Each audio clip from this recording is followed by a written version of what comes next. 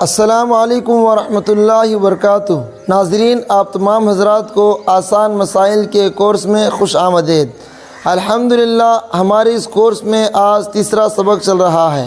گزشتہ سبق میں ہم نے یہ پڑھا تھا مائع جاری یعنی بہنے والے پانی میں اگر کوئی ناپاکی گر جائے تو اس کے کیا احکام ہیں۔ اگر آپ نے اس سبق کو نہیں دیکھا اس کا لنک نیچے دیا گیا ہے، وہاں پر جا کر دیکھ لیجئے۔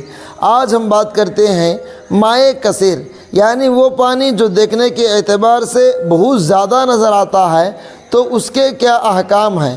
تو حضرات، اگر مائع کثیر یعنی بہت زیادہ پانی جس کی مقدار 10 ہاتھ لمبائی میں ہو، 10 ہاتھ چوڑائی میں ہو، اگر اس کے اندر ناپاکی گر جائے تو اس کا حکم بھی مائع جاری کی طرح ہے، یعنی جس طرح بہنے والے پانی میں کوئی نجاست گر جائے تو وہ پانی ناپاک نہیں ہوتا، ایسا ہی مائع کثیر یعنی ٹھہرا ہوا زیادہ پانی میں بھی اگر کوئی ناپاکی گر جائے تو وہ بھی ناپاک نہیں ہوتا۔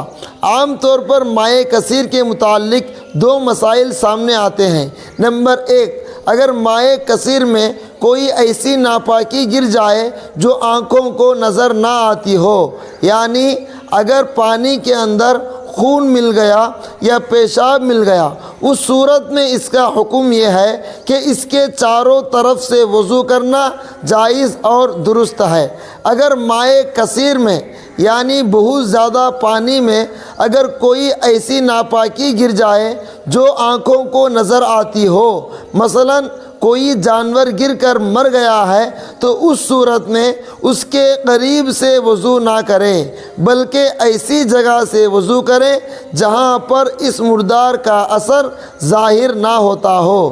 حضرات یاد رکھیے، مائع کثیر ہو چاہے مائع جاری ہو چاہے مائع قلیل ہو، اس کے ناپاکی کو پہچاننے کی آسان علامت یہ ہے، اگر پورے پانی کے اوصاف بدل گئے یعنی پانی کا مزہ بدل گیا، پانی کی خوشبو بدل گئی، پانی کا پتلا پن یعنی پانی گاڑھا ہو گیا، اتنی نجاست اگر مل جائے تو کون سا بھی پانی ہو وہ پانی ناپاک کہلائے گا۔ اب تک ہم نے مائع کثیر کے بارے میں بات کیا تھا، اس کے احکام و مسائل ختم ہو گئے ہیں۔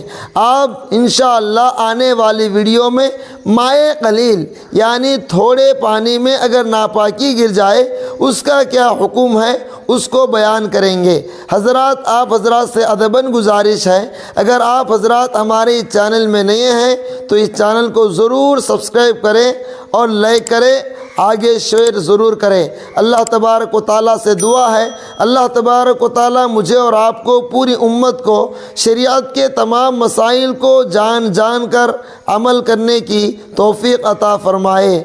آمین۔ وآخر دعوانا ان الحمد للہ رب العالمین۔